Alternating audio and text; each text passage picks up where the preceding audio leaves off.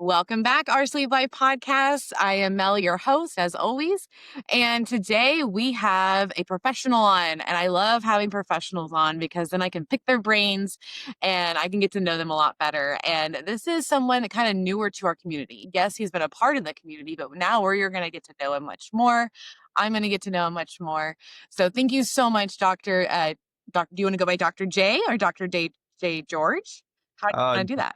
yeah, Dr. George. Dr. George. All righty, Dr. George. Thank you so much for coming on. How are you doing today? I'm great. Had a great day doing some endoscopies, and I just got out of the operating room. So, I know, guys, literally, he messaged me for us to be a little later so he can do a procedure. So, was that another endoscopy or was that a sleeve? What was no, that? it was a surgery. Yeah, I had to Oh, perform a gallbladder removal actually on somebody that was getting a little sick from their gallbladder. So, yes. A lot of us actually, after bariatrics, have that issue. Very, very common. I still have all my parts, but a lot of my friends don't. So, yeah. totally get it. Well, what got you into this field of medicine? Let's start with that. Yeah, so we have to kind of go back a little ways. Let's do it. I was actually an electrical engineering major in college initially. Oh, fancy. And then, believe it or not, I dropped out of college and I enlisted in the military. Oh, And so I was a medic, an active duty medic or Navy corpsman for about 6 years. And that was my first exposure to medicine, okay. taking care of people. And so after I got out, I became a civilian paramedic, and then I ended up going to medical school. Oh, wow. So you really enjoyed it when you were, like, part of the service for us. Yes. Yeah. What made you like it? I love taking care of people, Yeah, and I love, obviously using my mind and facing a challenge, but I absolutely love taking care of people. I love that. So what made you get into the metabolic surgery stuff? Yeah, so I did my initial residency in general surgery, and that's a 5-year program after medical school. And when you are kind of coming towards the end of that, you have some choices as far as what you want to do and what kind of practice you want. And I wanted to kind of do something that allowed me to be um, really advanced with my skill set in the operating room. You have to sort of be a very high level, minimally invasive surgeon to do gastric bypass and do things like Mhm. that. And so I guess the selfish reason is that I wanted to push my skill set. But the selfless reason is that as a resident, I just saw phenomenal results with people, and I saw people so incredibly happy, having their life changed with something like that. And so I was like, oh my gosh, to be able to offer that as a physician or as a medical professional and to really dramatically improve people's lives is obviously a dream. So, Oh, I love that. Like, legit got chills because, like, I used to be over 300 pounds. I will never forget what that feels like because I was that most of my life. I just hit my 10-year anniversary of getting the gastric sleeve surgery, and I would never change that for the world because boy, has it one changed my life for the better, but I feel so much better. yeah. Like, I'm not icky and sweaty and self-conscious. I'm not thinking of like, "Oh, if I go sit over there, is that bench gonna break? Is that chair gonna break? Am I not allowed?" Because my family's a big family. So we've always that's kind of where I thought like, "Oh, that's just who I am. I better accept it now." All the family members are all big and stocky. Yeah. And, I would even be afraid to sit on certain things with them.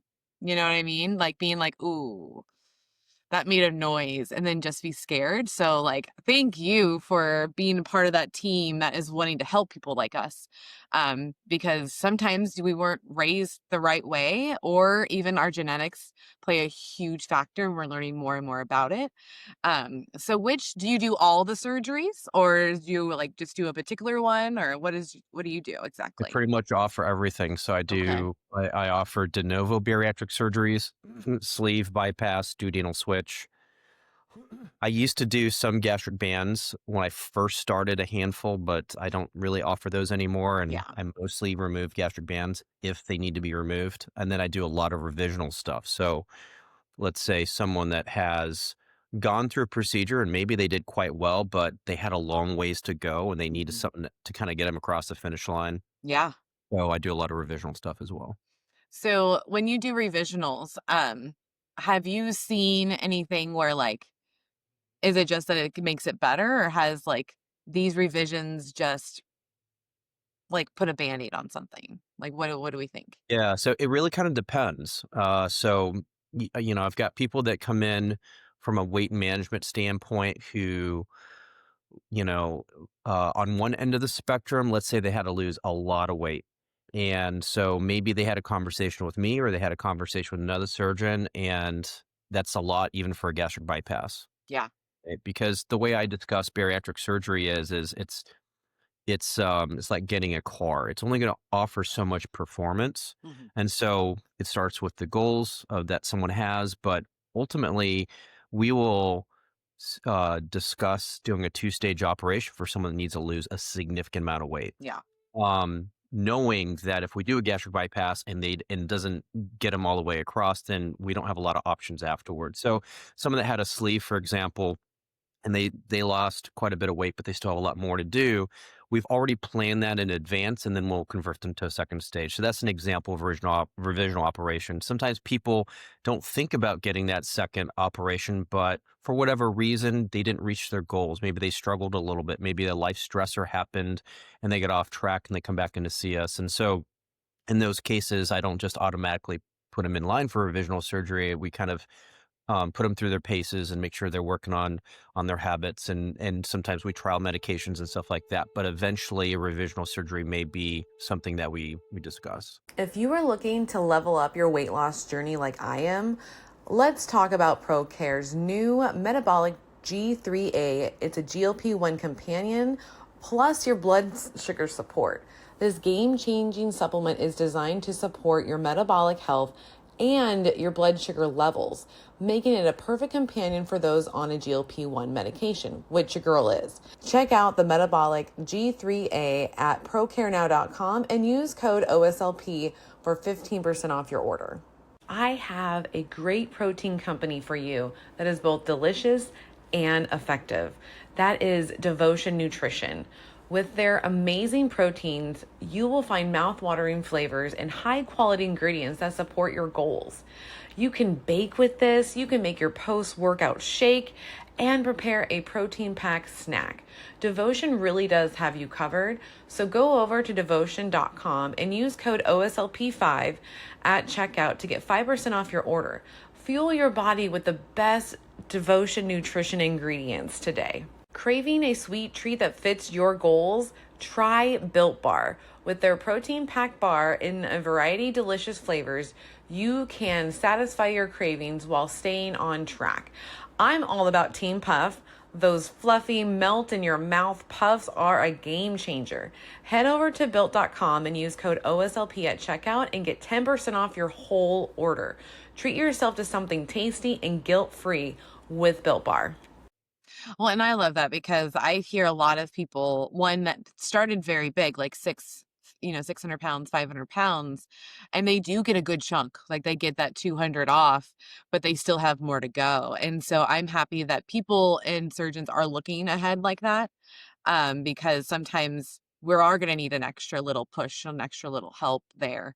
And I also heard, and you can correct me if I'm wrong, but like it's when you go from a sleeve to even a duodenal or the gastric bypass, it really helps with like GERD and like reflux. Is that right? Yeah. So that's a great point. Acid reflux is something that we definitely keep in mind when we're initially discussing options with somebody. Mhm. So, the prevalence, the number of people out there that have acid reflux is pretty significant. I think it's estimated that at least one in five, probably a Wow. lot more than that, of American adults have some kind of acid reflux. Now, it can be like infrequent heartburn to like miserable daily taking medications heartburn, right? Mhm.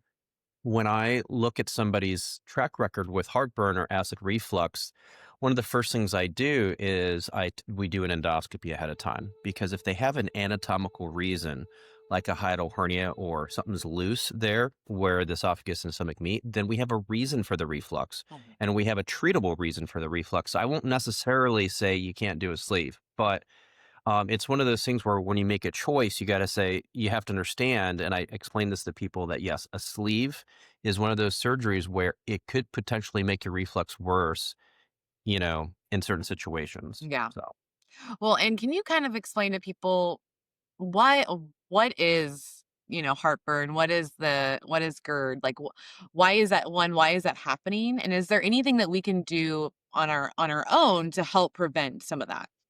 100%. So the esophagus and the stomach are two separate organs, and the stomach is like a mechanical beast, right? It's like a big mechanical pulverizer, right? And it makes stomach acid, and that acid is supposed to stay there. It's not supposed to go up. Right. So there's a very complex, we call it a valve or an apparatus, but it basically separates the two, and it's supposed to keep acid down. Okay. And in some cases, it doesn't. And so one of the biggest risk factors that I see for reflux happening is increased weight. Okay. You also see it in women when they get pregnant Mhm. because it's basic physics. There's positive pressure in our abdominal cavity, and there's negative intrathoracic pressure to keep our lungs expanded. So every single time you and I breathe, it wants to go up. Okay. So the more pressure we have down here, the more pressure on the diaphragm and the more pressure on that valve to keep the acid out. And so a hiatal hernia is basically just where it becomes loose there. And instead of being a 2-lane highway, it becomes a 4-lane highway. And then Oh things wow. just start slipping up there. So, that's kind of the anatomical reasons, but some foods actually just relax the muscles. If you have Okay. caffeine or alcohol or chocolate or citrus or, certain foods, it actually just relaxes the muscles. And so, Which is it's a good, common, right? Or not good? no, it makes it a little bit easier for acid to come up. Oh, it is. Okay. Okay. Yeah, yeah, Did not and know and so that. the esophagus is just a very delicate organ. It's not supposed to have acid, so everyone responds acid differently, but sometimes it can be obviously pretty miserable when you get it. Yeah, I've run into some people where like they're legit puking at nighttime, Yeah, or and I didn't realize that was a thing until I've roomed with some of these people when we go to events and hang out, and I just feel for them because they wake up in the middle of the night just like in pain. And that's why I was like, well, how can we help ourselves to not have that? So there's not really like things to eat or drink to keep that from happening. absolutely. So lifestyle stuff. So definitely there's foods that make it easier to reflux. Those foods Okay. that kind of relax the muscles, that make the valve a little weaker. Okay. So, that's one thing is just being aware that certain foods can make it easier to have heartburn. Other things are, relatively easy to do. Just don't eat late and lay down, have a Yes. big meal and then lay down an hour and a half later and then wonder why you have reflux. Hmm. And then, obviously, there are some medications that doctors will put patients on to reduce the acidity of the stomach acid coming up, but Okay. the reflux itself is an anatomical problem, Okay. meaning that the medication isn't stopping the reflux. It's only decreasing the acidity of the reflux. Ah, so it's still happening. It's It's just still happening. less acid. Exactly. Okay. So that's why I have a low threshold personally when I have someone, especially in a bariatric surgery context that's having reflux that's getting worse, Hmm. to do some testing to see if they have something like a hiatal hernia, because that's something easy to fix. Well, and so I'm glad that you kind of explained what a hiatal hernia is because I've never known what one was. So you said it's just like the weakening of the esophagus that's going to the stomach. That's a high Yeah. hernia. So the way I explain it to people is your chest is think about it as two countries. Okay. Your chest, where your heart and your lungs are, is like Canada. The diaphragm is the border. And then your abdomen, where your stomach and your intestines are, is like the United States. So the border crossing, right? The esophagus, which is the feeding tube that has to connect your mouth to your stomach, has to go through the border. And the name of the border crossing is a hiatus. We're all born with it, right? Okay. And so, in very rare circumstances, there may be some kind of congenital problem, but most people, it's just nice and snug around the esophagus. Hmm. And I like to call it basically like a 2-lane highway, right? There's a border guard there that's checking passports 24/7, and Love not it. letting anybody come out the other way without a check. Yeah. Well, when you develop a hernia there, it becomes loose. So instead of it being a 2-lane highway, it's a 4-lane highway or an 8-lane highway. And the border patrol's asleep. And so stuff's coming up and nobody's checking. And that's where you start running into problems. Got it. Got it. And then what's the other hernia that I hear all the time that people get? So I guess in the bariatric room, be an internal hernia with bypasses. Yes, yes, that one. What is an internal? An internal hernia, so it's unique to procedures where we have to kind of do some rearranging of the intestines, like with duodenal switch or bypass. Basically, when we do a bypass or duodenal switch, we have to cut the intestine and we also have to cut the mesentery. So if you have curtains and curtain rods, right? Think of the intestine like the curtain rod, Okay. and the blood flow or the mesentery is the curtain itself. So when we have to divide the intestine, or the curtain rod, we have to divide the curtains themselves. And so when we do the anastomosis and we put everything back together, we close that sort of window. It's a Okay. window between the leaves of the mesentery. But when you lose weight on the inside too, right? Right. Fat melts on the outside, and melts on the inside. And so sometimes you can get these little gaps that open up inside. Oh, okay. So that's called, so if something slips through there, like a piece of bowel or intestine, that's called an internal hernia. It's a very low risk. Mhm. The literature shows that it's about 1 to 3% risk out to 3 years after your surgery, because Okay. that's when you're going to have most of your weight loss, and then it decreases. So Okay. it's never very high to begin with, but it doesn't ever go to zero. I have a delicious and nutritious way to boost your protein intake. Try American Dream Nut Butter, packed with high quality protein and healthy fats. It's the perfect snack to fuel your weight loss journey. Whether you're adding it to your favorite meal or enjoying it straight out of the jar, like your girl does, American Dream Nut Butter is a tasty way to stay on track. Visit AmericanDreamNutButter.com and use code OSLP and get 10% off your order. Treat yourself to a healthier snack today. I'm taking my wellness to the next level with First Form because they have premium supplements to support all your health and fitness goals. Whether you're building lean muscle, boosting recovery, or improving overall health, they got you covered. Try their level 1 sustain release protein or their Formula 1 for quick recovery. Check out their full lineup at firstform.com/melunfiltered and take your wellness journey further today. Since I started my weight loss journey, I have been more positive and more intent with what I'm doing with my life. And that includes what I'm wearing. I found this new company called Find the Good Brand. Their collection of motivational apparel and accessory is designed to help you stay focused on the positive while making a bold statement. From inspiring shirts to empowering hats, you got it covered. Visit findthegoodbrand.com and use code MELUNFILTER at checkout to get 10% off your order. Start spreading those good vibes today with Find the Good Brand. Of course, nothing ever can, I swear. Because like me just visualizing that. So basically, when we melt away on the inside, everything like things move around and change up. So what I'm hearing is like that's where like it can go through is because we've lost that channel basically to like Yeah, hold it we from not close going that. anywhere. We close those Right. leaflets together, Yeah. but sometimes you get little gaps that open up there. Okay. You know.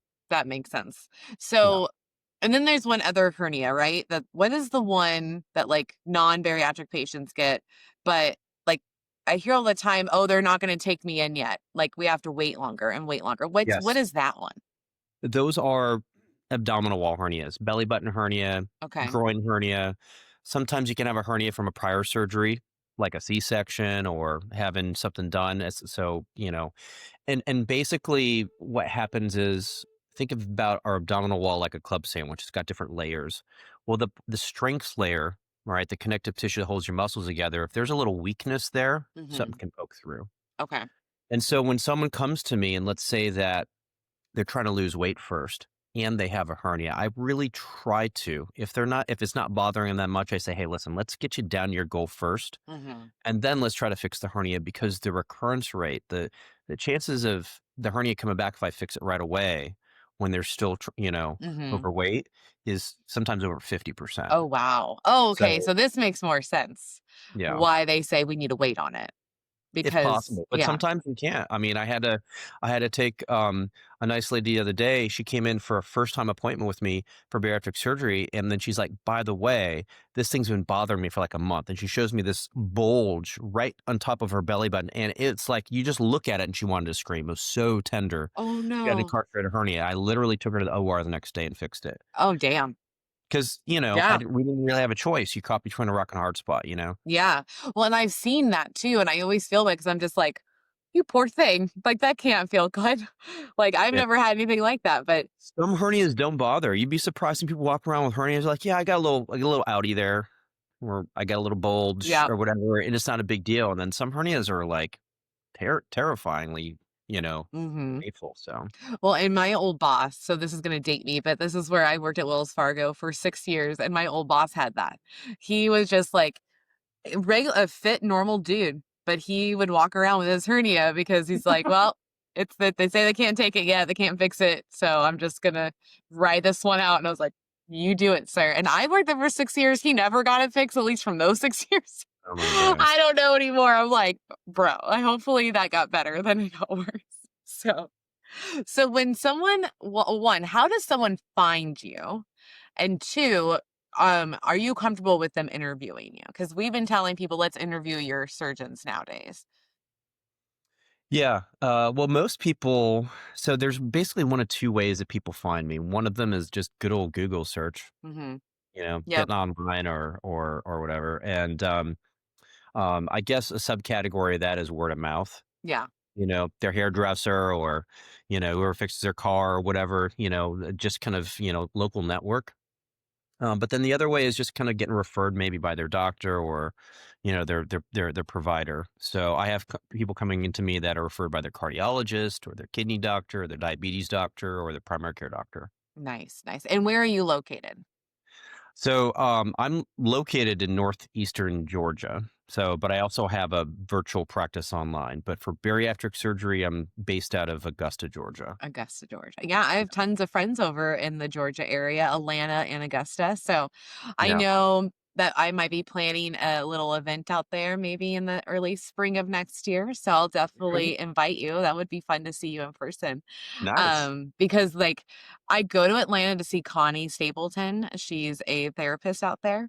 She's a And psychologist that I send people to as oh, well. do you? Yeah, she's amazing. I've stayed at her house a few times. She's like one of my girls. And so like, but I always go just to her house and everyone's like, dude, hey, what up? Like why am I not coming? And I was like, all right, we'll make a meetup and have a bunch of people come hang out, especially from the community and get to know each other more and whatnot. So and have you always been in Georgia or is this new for you? No, I'm brand new. I've been here less than a year. I was in Chicago in private practice for quite a few years. So I'm relatively new to the South. Okay, okay. Yeah. Well, I'm glad that you're happy. It seems like you're happy there, so that's Yeah. always a plus.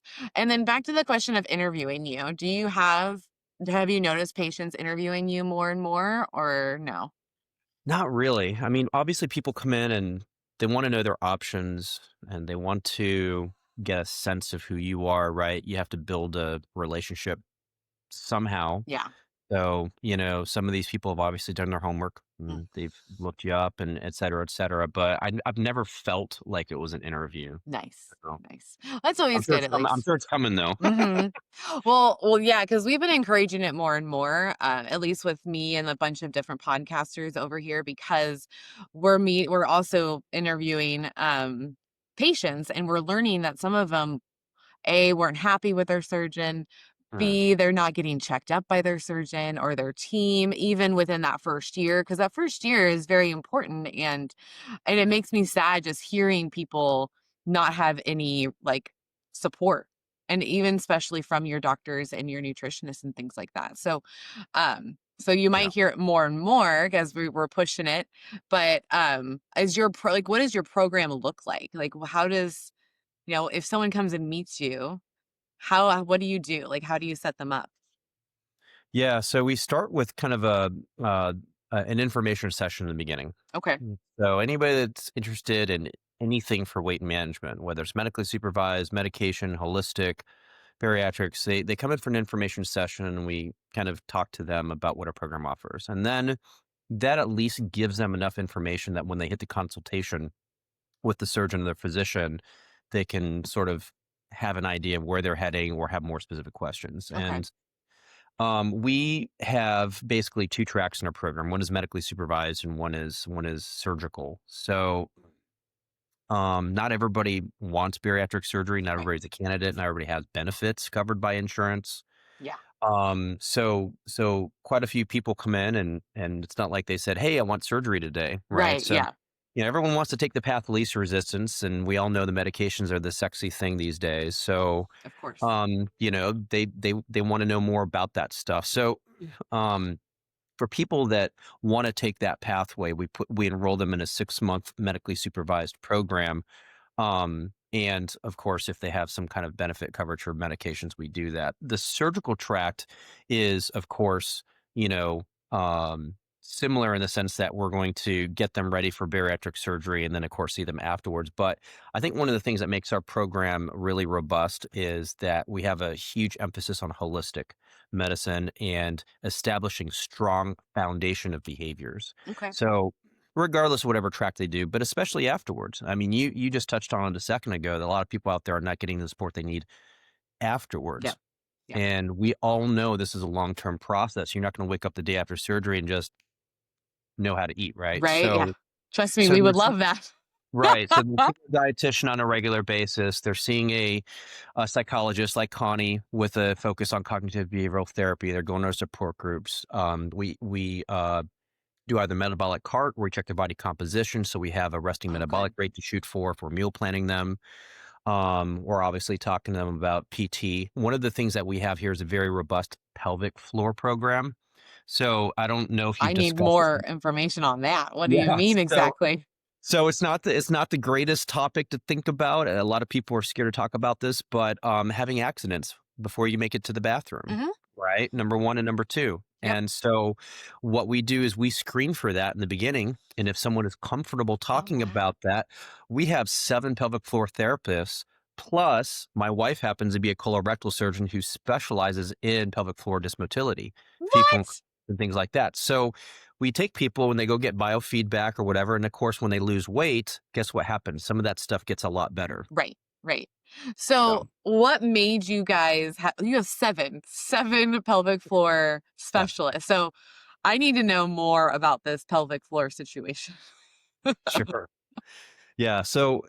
Well, the 7 physical therapists were here before my wife and I came.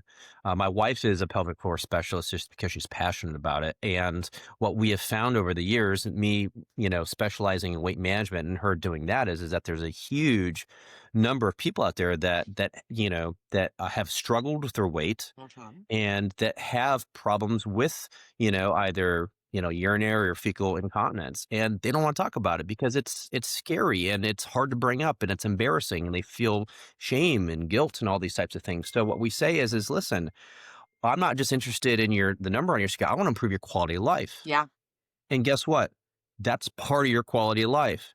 So if you're brave enough to have a conversation with me, then let's say, hey, listen, here's where you're at, and let's have a game plan to help you get better.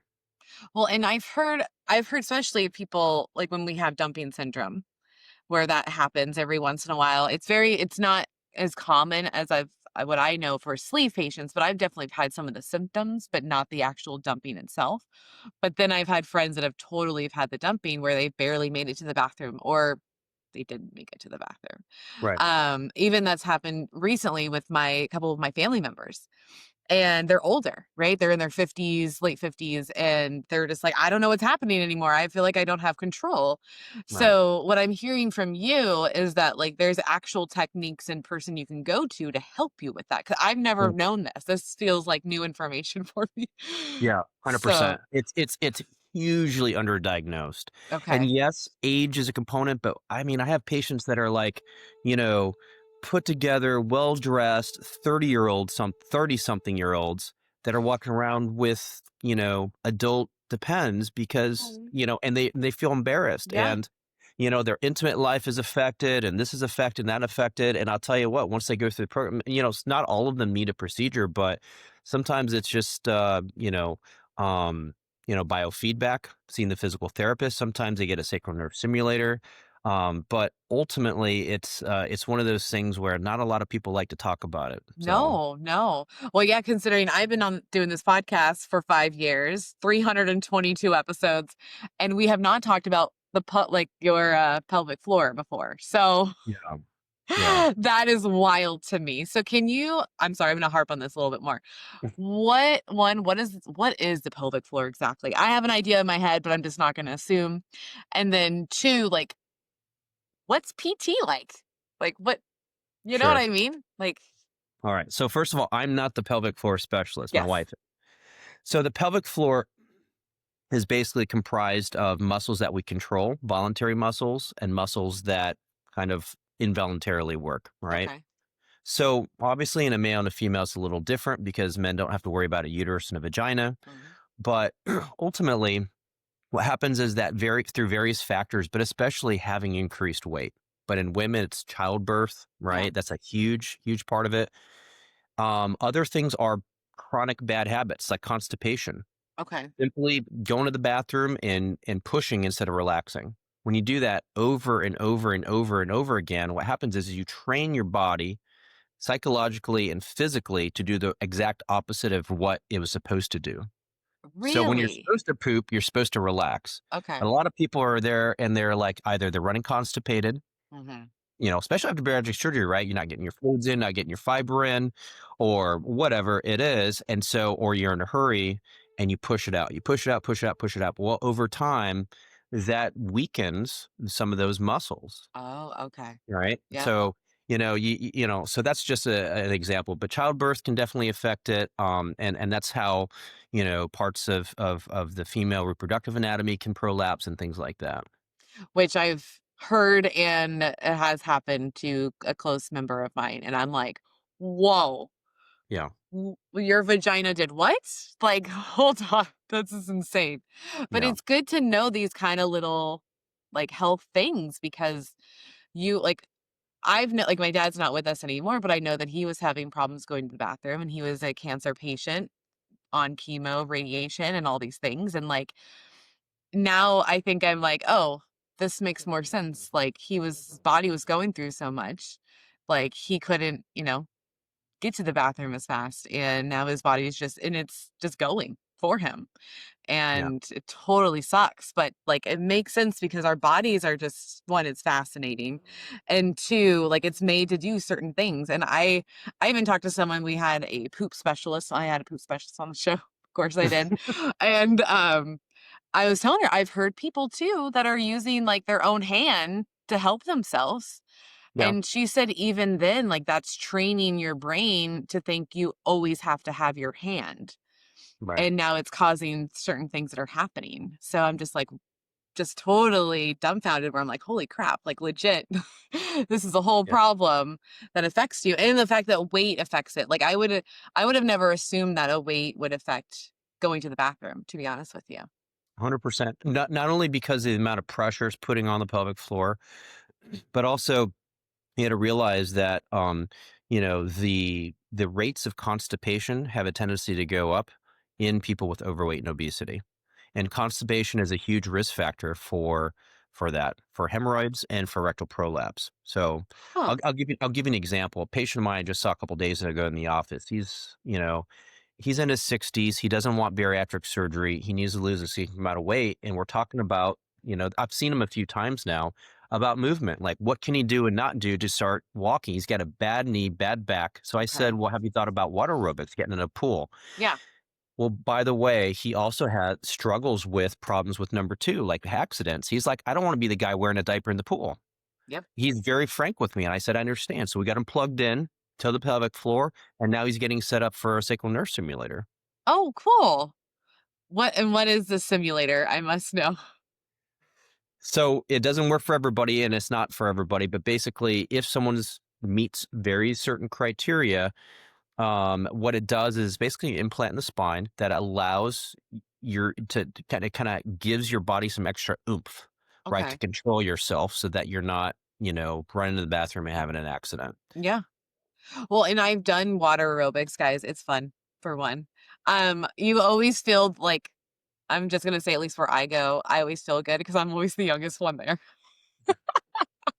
But water aerobics is so good for you. Like, I have titanium in my left leg from knee down, 5 screws in my ankle, 2 screws in my knee. And back then, it was so much better and so much easier to just be in water, trying to move around, especially because I was 300 pounds back then. Like, it was just, it felt like I could do more.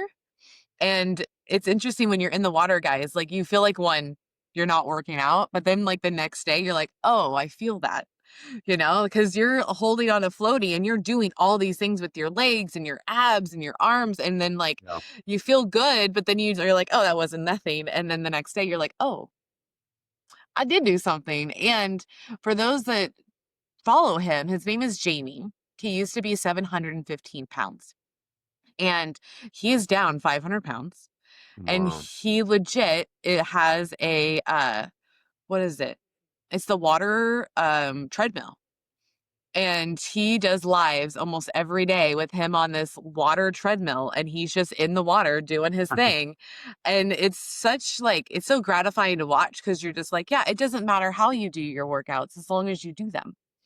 And he got a little hate when I was on one of his lives, and he's like, why would you do that? Like, someone was just being rude to him. And in my head, and I just wrote, and I was like, mind your business. Like, this is just what like, this is his jam. Like, who cares what he does as long as he's doing something, right? Yeah. And again, I'm gonna just water aerobics. I say do it, because you just never know what you're gonna like. That's the one thing I try to preach on here is 300-pound Mel didn't love cycling, right? She didn't love rowing. I didn't even know what rowing, like, I knew what rowing was because I watched shows that had rowing in them, but I've never rowed myself, and or the elliptical. So I tried all these different machines, guys, like, and after I was allowed to go back to the gym, and I found certain things that I like and I don't like. I hate the treadmill. I find it boring and stupid. I don't like to run, but I love the elliptical.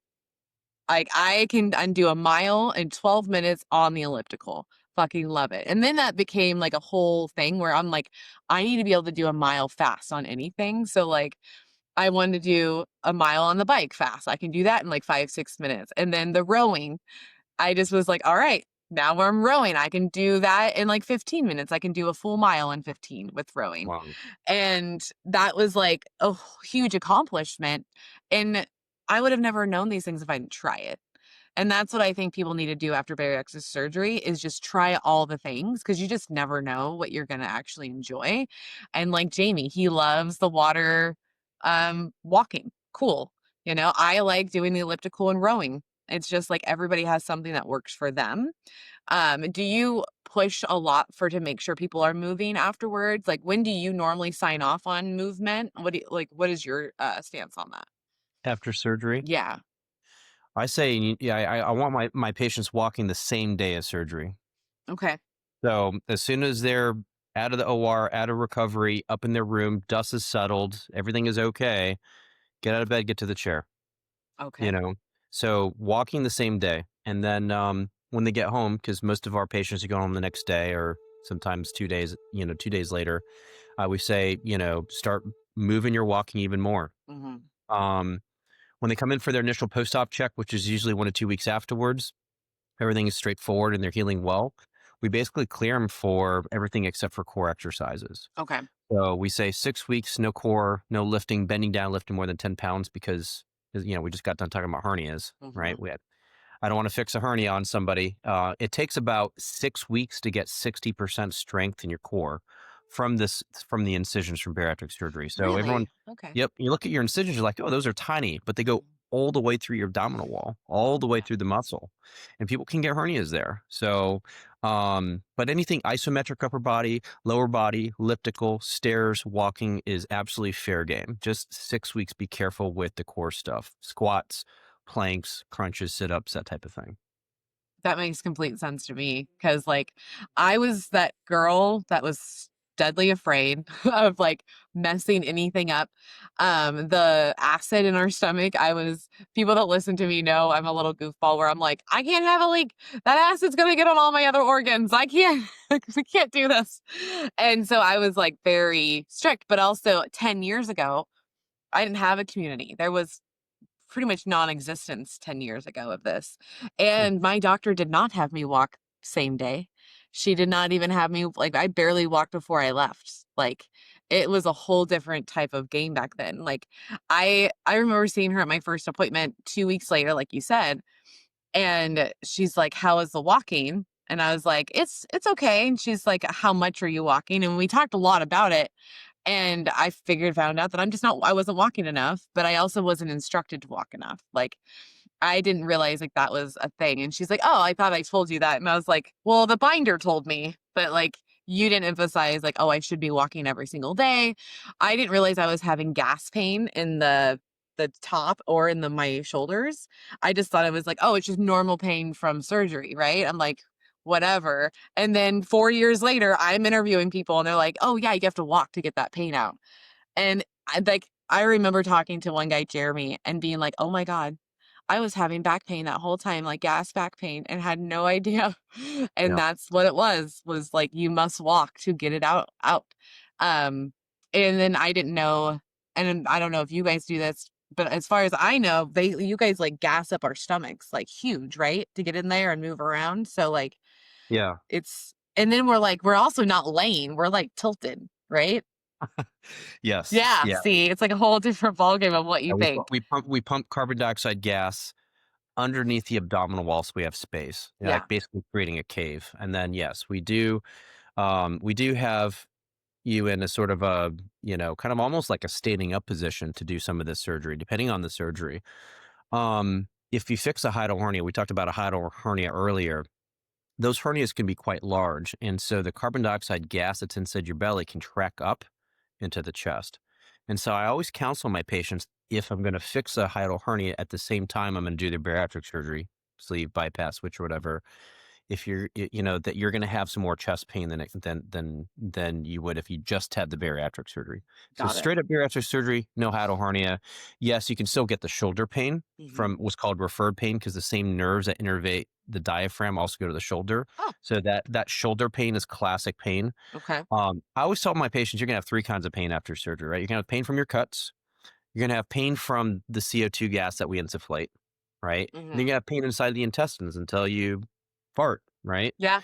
So you have to be able to differentiate. So hitting someone with a slug of morphine for I need to fart pain doesn't make sense to me. No, no. But to your point, walking is absolutely crucial. It helps with pretty much all of that pain. Well, and I've noticed I try to go on walks after I eat, at least once a day, not after every meal, but at least one of them. And I noticed even then, like, I feel better after it's like everything's moving around, gravity's doing its thing, and I don't ever feel like, ugh, like feel like my gut hurts and at all anymore. So I also we're not eating until it hurts anymore. Like that's a big change.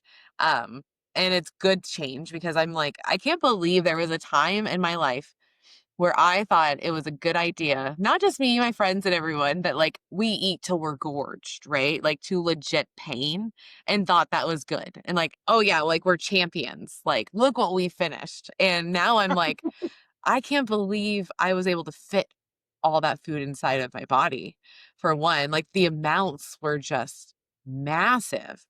And now I'm like struggling to just be able to eat little meals throughout the day. It's like it's such a whirlwind. Um, what kind of eating habits do you teach your clients?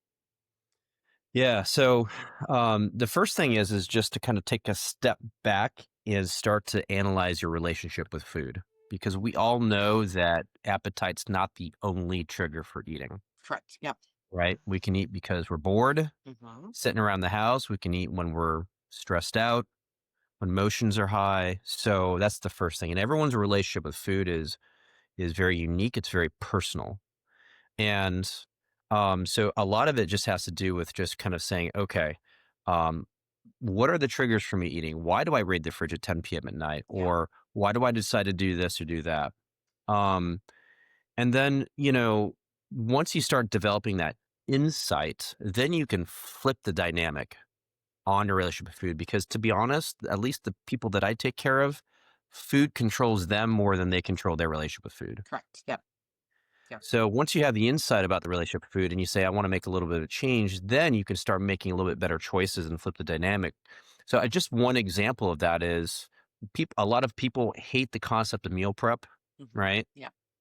But I'll tell you what, it's often better than making some last minute, usually not good choice on the road when you're Mhm. hungry. I've done it. Yep. Too many We all do times. Yep. We all do it, man. And he's not wrong, guys. I can say 100% from experience, I always, not always choose the wrong one, but I do end up having something that is not normally on my meal plan. And then two, it's more. It's some reason it's always more than what I should be eating. And if I meal plan, which I don't really meal plan, what I do is something a little bit different. So I actually, me and my friend Shay, she's from the Waiting Table, also another podcast for bariatrics, and me and her grouped up, and we have this thing called the Weekly Chew. And what we're doing is we actually are giving you a meal plan with the grocery list and with the instructions on how to make everything. And we literally just did a whole freezer meal section where we were able to make food for 4 weeks, put it in the freezer, and then now you're just pulling it out. And like that has helped me. I had white chicken chili last night, and I legit I was looking in the fridge, and I'm about to go on a cruise for my brother's wedding.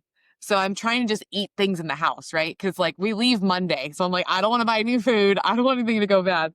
And I saw it there, and I was like, I should just do it. I'm just gonna do it. I'm gonna put this in the crock pot. Well, and then I found out I don't have a crock pot. I thought I did. And so I had to learn a new way of just putting it in the big pot, putting it on low, stirring it, doing all the things. But it was so nice to just look in my fridge and being like, there's food in here. Yeah. Like there's a whole plan just in there. So if you guys want something like that, me and my friend Shay are providing that because we're both bariatric patients. She's about 3 to 4 years out. I'm 10, and we still struggle trying to figure out what to eat. Like we have our staples, of course, but some of us like we get tired of the same shit all the time. And we know it's gonna like it works for us. How many times have like you gone to the fridge being like, oh, that's really good for me, but I don't want it right now. Like, You gotta have a fridge full of food and be like, I don't want any of this. Yeah. yes, 100%. Yeah. So if we can make that any easier, I like that's what really I'm all about is efficiency and making things easier because like guys, 10 years out, I have done one full regain where, and this was 2 years ago in year 8, where I watched my ex-husband at the time. Well, he was my husband at the time, ex-husband now, but I watched him die on the table. Like he literally had surgery, only was recovering for 20 minutes, which what the fuck? Why they did back surgery and only had him in recovery for 20 minutes? That was a whole problem. He goes upstairs. I give him water. He coughs. All of a sudden, he just falls back, eyes roll, and now they're doing CPR for 2 minutes. And ever since that scenario happened, we were in the hospital for 6 weeks, 16 surgeries. Melanie, like, trying to make these big decisions, like, we might have to take his leg or he dies. Fucking take the leg, right? Like, that's the scenario I was in. And I gained like 50 pounds because ever since that trigger and that all happened, like, all of my coping mechanisms were like out the window. It's almost like my brain was in such trauma that it reverted completely back to what it knew. And so now I'm just eating and eating. And then it took a full year for me to see it. Because by the way, guys, when you gain weight and you're older, you gain it in different spots. So you're not seeing it in the same spots that you would normally see it. And that was a thing for me. I have this one spot on my tummy where I'm like, all right, it's not bulging. We're good to go. Like I feel good, but I was gaining literally in my back. So my point is that like life is going to happen to you regardless of what you like. I had no control. He had no control of what was happening to him. And so you have to have some sort of stuff in place to help you. I at least was still eating protein as much as I could, but I was, eating at nighttime. I was snacking during the day. What also got me is drinking while eating. And I'm just talking about water. Like legit, that has been a whole thing where now that I stop it, I'm like, okay, I'm going right back to or not drinking for about 15, 20 minutes before, same thing after food, has helped me a lot. And I didn't even realize that was one of the things that was hurting me. But when you eat and drink together, guys, like it flows. And so now you're going to be hungry again. And that is one of the real reasons why they tell you that.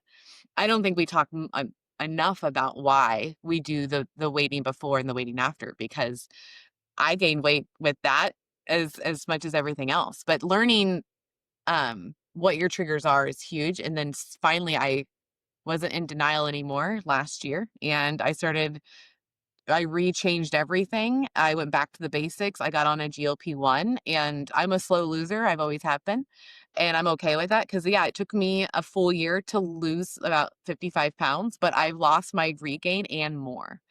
So, and that's just being patient with yourself and understanding life can really happen to you, and it's okay. It's totally fine. You just have to like recorrect yourself and then put those coping mechanisms in place. Cause now I go on walks after I eat, right? I'm journaling now. I see a therapist every Tuesday at 1 o'clock. Like there's things that you just have to put in place for you to be okay. And I think people get in their heads about needing a team. They're thinking I shouldn't ask for help and I don't need these people. Like I can do it on my own. And it's like, guys, even the professionals have a whole team. Like, look at these like wide receivers and these fucking soccer players. They have a team. And I'm not just talking about the team they're on, I'm talking about the team around them. So it's like, it's okay for us to have, Dr. George and his dietitians and his pelvic floor people and like the whole jam for you to feel good and for you to be better. So I'm just telling you that story so that way people know like it's okay to regain. It's really common and normal. And two, you have to go back to your team and ask for help and don't be discouraged. Like, yes, was I ashamed that I gained 50 pounds? Yeah, that scale said 242 and I was scared shitless. But I didn't want to get up to 300 plus again. So it's like, ask for the help. And it's hard for being the person on the podcast that's like, oh, this is what you're supposed to do. And then I'm gaining, you know? So it's like, I have to practice what I preach to and ask for that help. And I'm here to tell you that help has changed my life this last year. So if you need help, guys, go to your doctors, go to your people. That's what they want. That's what they are there for. So Yeah. yeah. Have you dealt with how do you help people with regain? I guess that's probably the biggest question. Yeah, well, that's a great question because, like you just said a second ago, it affects a lot of us. And I'll tell you, the at the end of this, you have to nail down on what that person thinks is triggering or causing the regain. Mhm. In my experience, one of the biggest reasons for regain is life stressors. Yeah. You just literally said it with your own personal story. You know, something at work, family member to take care of, you get sick, there's a bill to pay, whatever, or Yep. there's always going to be a fire to put out. Yep. And that just throws people off of their routine. Mhm.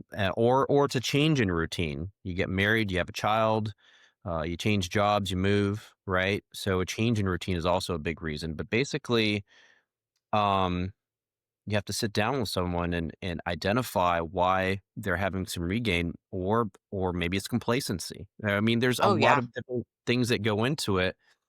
And then you say, okay, well, cut yourself some slack, right? Give yourself some grace, stop beating up on yourself so that we can figure out how we can get you on track. Yeah.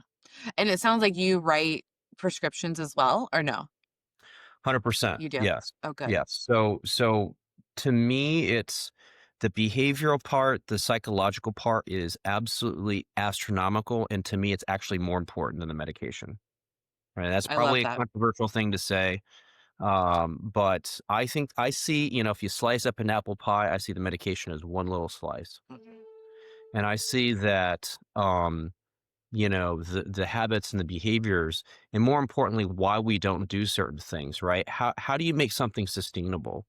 How do you avoid this cookie cutter approach of just preaching, oh, just go out and eat a bunch of protein, or, oh, just go get on a treadmill? Like, okay, like anybody can say that, but how do you actually drill down on something that's going to match their lifestyle, their personality, and make it sustainable so you're going to be doing the same thing in 30 years, God willing? Yeah. Right? Because that's what we want. You don't want someone to continue being a human yo-yo with their weight.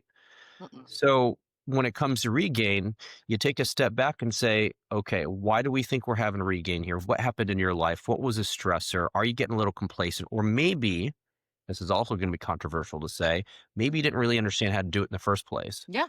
So how do we get you on track with that? And let's give you digestible small bites of homework once a month, every 2 months to slowly work on instead of just Ooh, I like that. vomiting information at you and saying, oh, just go do this, and this. Let's take a step back and just work on one thing at a time, few things at a time, come back, and we'll go from there. I love that because it is all about the little tiny changes instead of the big, 1,000 ones that they say to do at once, and you're like, Yeah. "Ah!" It's Yeah. so overwhelming. With your program, are they required to at least see some sort of, like, behavior health or mental health person? Yes. Well, obviously for bariatric surgery, that's a no-brainer. But I do it for almost all of my medically supervised patients as well. Oh, good. So, Okay. yep. For my in-person program and for our virtual program online, basically, I have relationships or I hire psychologists, but not any psychologist. I want psychologists that have a specific focus and passion for cognitive behavioral therapy, Okay. because we want to focus on habits and change. So Connie, for example, is Mhm. someone that, we've just started recently using. I just heard about her name like 3 weeks ago Oh, because wow. I'm in the area, and I started sending her some patients because I heard about her track record, her background. But Uh-huh. you can't just find anybody that's just gonna just do a rubber stamp and say, oh yeah, that person's clear, that person's fine, right? You need someone that's willing to take the time and do a deeper dive. Well, I'm glad that you provide that because your girl got 15 minutes and that was it 10 years ago. And it was not required for me to see anyone afterwards. So that's it's like super wild is seeing the changes throughout the years of what's required now. And it's kind of funny because I take myself backwards and I'm like, I would have been mad, just been like, I have to do these things. Why can't I just have my surgery? Right. Like, and I hear it to this day. And now it's when you're on the other end, you're like, no, you've had like this is very needed. And I think everybody should have some sort of a therapist afterwards, if not prior. I was having breakdowns, I was having panic attacks, anxiety attacks, not understanding why afterwards. And it was always because a stressor was happening and I couldn't eat. And I had to figure that out through trial and error on myself. And boy, did it suck. Like it's not fun to try to figure that out on your own. So I highly recommend guys see someone like Connie. Like I said, I love her to death. She really, really understands addiction. She's been through it herself. So it's nice to understand that someone that you're talking to has A, been through it, or two, knows exactly what they're talking about. Because I felt like I was a food addict. I'm learning now I'm actually insulin resistance because of the GLP-1. I didn't realize I had an insulin problem until, which is kind of wild. Um, but I felt like an addict because I was like, I need these foods. Like I'm not gonna feel complete unless I have these foods in my house or around me, and then I would think about them all day, and it felt very addict behavior, like I'm hiding food. I'm not telling people what I'm eating. I had food before I even got home, and now I'm having dinner. Like, there were so many of these addict behaviors that I was having, so I felt like a full food addiction person. But now I would say in these past 6 I wouldn't say year, but these past 6 months, I'm realizing, "Oh, I my body chemistry wasn't right, and it was causing my brain to be like, "I need these things," even though I don't need these things. So I'm happy that you offer even just the medicine because you just don't know what you're dealing with until you really get in there with the person, and we're all so different. So it's like you can't just say, "Oh, yeah, all of you guys with this BMI, you get a GLP-1, and then all of these people don't," because it's just like that just wouldn't work. No, it's a lot more complex than that. Yeah. You know, yeah, I think food is a means of support for many, many people. And what you said is, once you go through bariatric surgery and you take that away, that can be absolutely devastating. Yeah. Yeah, because it's like losing a friend. It feels weird to say. I remember hearing people saying, I'm like, what a weirdo. Like now I'm like the same. I'm like, no, really is. Like your food is your friend. It makes you feel good. It comforts you. It's been there your whole life, especially for some of us that like I've been a big kid since I was born. Like I've never not have been a big kid. So I just assumed this is just what everything was until you get older, you get educated, you learn more, you have experience, and then getting to talk to people like you, like I'm just learning so much, and I hope everyone else does too. What is the? I would say my question for you is, what makes someone like, successful in this journey? Like, what do you see on your end? It has to come from inside first and foremost. Okay. So when someone comes to see me and they get referred by their doctor, I ask them point blank, are you here because you want to be here or because your doctor put a gun to your head? Mm, great Right. question. I also think that it's important that people are shooting for their own goals. So I don't care what a chart on the internet says your goal weight should be. I want to know what you want, Okay, I like that. because you're more likely to fight for your own goals. And goals can be flexible. You can start with a certain clothes size or a certain weight or whatever, and it can change. It's fine. But, you need to have something you're shooting for. And then I think other factors obviously include how motivated you are. Where is health on your priority list? For most people, it's like number 10, Hmm. right? Or number 20. Yep. So Yep. when you get home at the end of the day, whatever 0.1% of energy you have left over goes towards you, and that you can't function or get healthy or lose weight that way. Mm-mm. No. Not effectively, right? Or not sustainably. So, sometimes you have to have a heart to heart with someone, even if they're post bariatric surgery, Yeah. right? And say, hey, listen, let's figure out where your health is on your priority list, because you can't be there for your kids or your loved ones or for whatever if you have nothing left over, if you're not prioritizing your health. So that's a biggie. Yeah. I think support system is huge. You can have all of those other things I just mentioned, but if you don't have some kind of support to help get you through things when the tough gets going, it can be very, very tough. Yeah. And, or God forbid, you have a support system that is against you doing certain things like getting bariatric surgery or trying to change up how you grocery shop or cook, right? Yeah. It's like if you're trying to quit smoking and your spouse is there, smoking half a pack a day. So having people that are synchronized with you at the very least or supportive, hopefully even more, is incredibly important too. I would agree. Do you have you have support groups, right, for your people? Awesome. I would love to Yeah. help if you need any help with support groups. I'd love to come in and chat with them because that community is key for me. I will tell it till I'm blue in the face is that I do believe I'm successful because of one of the reasons is because of community. They keep you in it, they keep you honest, they keep you accountable, and they're there even when you fall. And that's key because I did not, you're in the community, you're with your patients, you think everything's fine, they look good, but they're not saying really what's going on. And I've noticed when we stop talking and we start pulling back, that means we're hiding something. And typically it's because we're like I was for that full year. I was eating. I never showed what I was eating. I didn't show even protein shakes I was drinking. I was just like, I'm not going to show anything. And so what brings me back was people noticing I was pulling back and then messaging me and talking to me about it and making me feel comfortable that I've regained and I'm scared to say it. And that's what's the power I think of community is guys like you don't realize who you're touching and affecting when you're online. It's hard to tell, it's hard to know, but you'll see it when you go through some rough patches, right? When I regained, there was a whole army of people that were like, I've regained too. Don't worry, it's fucking hard, but we're gonna get through it together. Like it was like the camaraderie is real over here in the bariatric world. It's I've never seen anything like it. So it's like use those people, lean on those people. Even when I had the tragedy of what was happening with me and my ex-husband, like what happened was awful, but a bunch of people from the community was like, "Hey Mel, whatever you need, like here's gift cards for you to get protein shakes." People were Berry Nation sent me gift cards for Starbucks because they know how much I loved egg bites. And they were like, at least you can get your egg bite in the morning. And I was like, aw. But it's like little things like that that go a long way. So guys, like pour yourself into this community, be all in because like you said, it's like, where is your health on the priority list? And sometimes it's not number one, right? Most of the time, it's like what you said, it's like 10 to 20. But these people in the community keep it higher for you.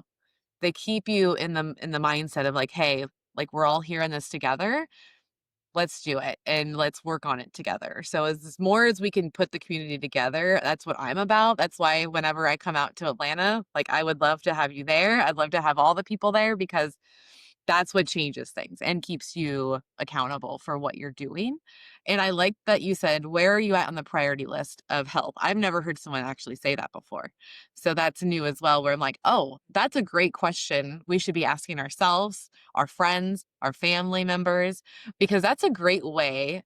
I've had people ask me this, like, what's a good way about saying, hey, I think you might need surgery? Or I'm noticing that like you're kind of going ham and we're not understanding why. But that's a good way to do it. Just ask, where is your priority of your health on your list? Because I was never asked that.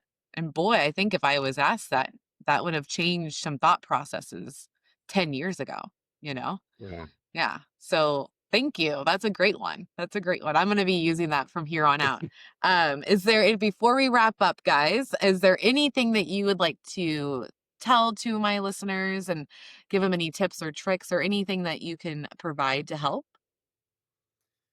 Boy, um, I think we talked on a lot of We things. did. Yeah. I think that if you're looking to, you know, work on your health or lose some weight and you're trying to, maybe you're feeling stuck or maybe you're feeling a little frustrated with what you've been doing in the past, yeah, don't despair. There's a lot of resources and a lot of help out there. And life is full of ups and downs. So, we've talked on a lot of things, but the topic of regain is something that I deal with pretty much every single day in my office and my program and stuff like that. And, don't feel ashamed. Please don't. We carry enough shame about different things, but don't carry the shame to the point where it's detrimental and you don't go see your doctor, you don't go see your program. Right? Like come in because I always ask my patients to come in when it gets tough. Don't wait another month because you're thinking that Dr. George is going to judge you or going to berate you or yell at you because your weight went up. Like, no, come in and let's figure out how we can do this together. Right. Exactly. So at the end of all this, I mean, it's just, finding people that you can have a relationship with that are going to support you, whether it's with your doctor, your program, or within the community. And I think that is very, very powerful. I think so too. Well, I appreciate you being on with me, going over all this random stuff, especially all the hernias and the regain. Like I've learned a lot from you. Can you tell everybody where they can find you on on a website, your socials, everything like that? Yeah, absolutely. So my Instagram is jgeorge, JayJorgemd. And that's probably the best one to find me on social media. There's links to YouTube and TikTok and all that kind of stuff. Very cool. And then our virtual medical practice is Lean Dreams Weight Loss .com. I like So that. so everything's virtual there. We have psychologists, personal trainers, dietitians, board certified physicians and stuff like that. And then of course, if you're in Georgia, Mhm. come look me up in Augusta. So yeah. I love it. Well, thank you. Thank you. I'll have all of that, guys, in the description below. So that way you guys can find him. I'm already following him, of course, so you guys can go find him through me. And once this airs, I will be promoting and showing him off to everyone because this was a quite different episode that I would have with a surgeon. Typically, we just talk about, just the surgery itself, but you gave me a lot more. So I do appreciate that. And until next time, guys, drink your water, get your protein in, take your vitamins, and of course, don't be an asshole to one another. Bye. Thank you for joining me on this episode of Our Sleep Life podcast. Don't forget to head over to my YouTube channel, hit the subscribe button, and follow me on all the socials so you stay connected. And remember, until next time, keep shining bright.